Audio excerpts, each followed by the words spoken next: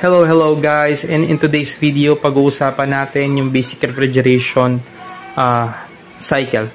So basic refrigeration cycle has four main components. What are these, no? So first is the compressor, the condenser, the TXB, and the evaporator. So compressor, so ang trabaho ni compressor is i-compress yung low pressure gas at gawin tong mas mataas na pressure as it passes through here. Ngayon, pagdaan dyan, na-compress na niya, no? Nasiksik na niya yung low pressure gas, magiging high pressure gas to, at pagpunta niya dito, dadaan siya kay condenser. Sa condenser, ang role ni condenser is tanggalin yung init na na-produce or na-absorb ni refrigerant as it passes sa evaporator. Kapag natanggal niya na yon or naidala niya palabas sa pamamagitan maari ng radiator or tubig, or other medium na tinatanggal yung heat na yon, is magiging o makukonvert siya into a fully liquid refrigerant. Paglabas niya dito, magiging fully liquid refrigerant na siya, then papasok siya sa TXB or capillary tube. Ang purpose ni TXB or capillary tube is ilimit yung paglabas ng refrigerant.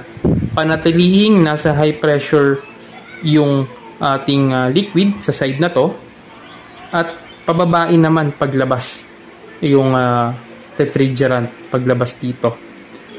Dahil nagkaroon ng pagluluwag sa area na ito papunta dito, nagkakaroon ng chance ngayon si refrigerant na mag-absorb ng heat. And now as it passes through the evaporator, yung evaporator natin, yan yung nagpapalamig or yan yung part na nag-absorb ng heat doon sa area. For example, sa freezer natin, no, namalingki tayo, bumili tayo ng isda, and yung isda natin, syempre, gusto natin ma-frozen or ma-preserve for the next coming days. As a result, tinatanggal natin yung init mula doon sa isda, and as a process, no, yung heat na meron si isda is inililipat niya kay evaporator sa tulong ni fan, and yung init na yun is na ipapasa niya sa refrigerant. Now, paulit-ulit yung cycle na hanggang sa ma-reach or maging frozen na yung fish natin at ma-reach yung desired temperature. Now, in return, as the low pressure liquid refrigerant, no, ay nakaka-absorb ng init, naging low pressure gas siya.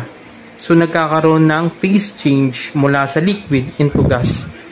Once this becomes a low pressure gas, it can now be again decompressed, and the cycle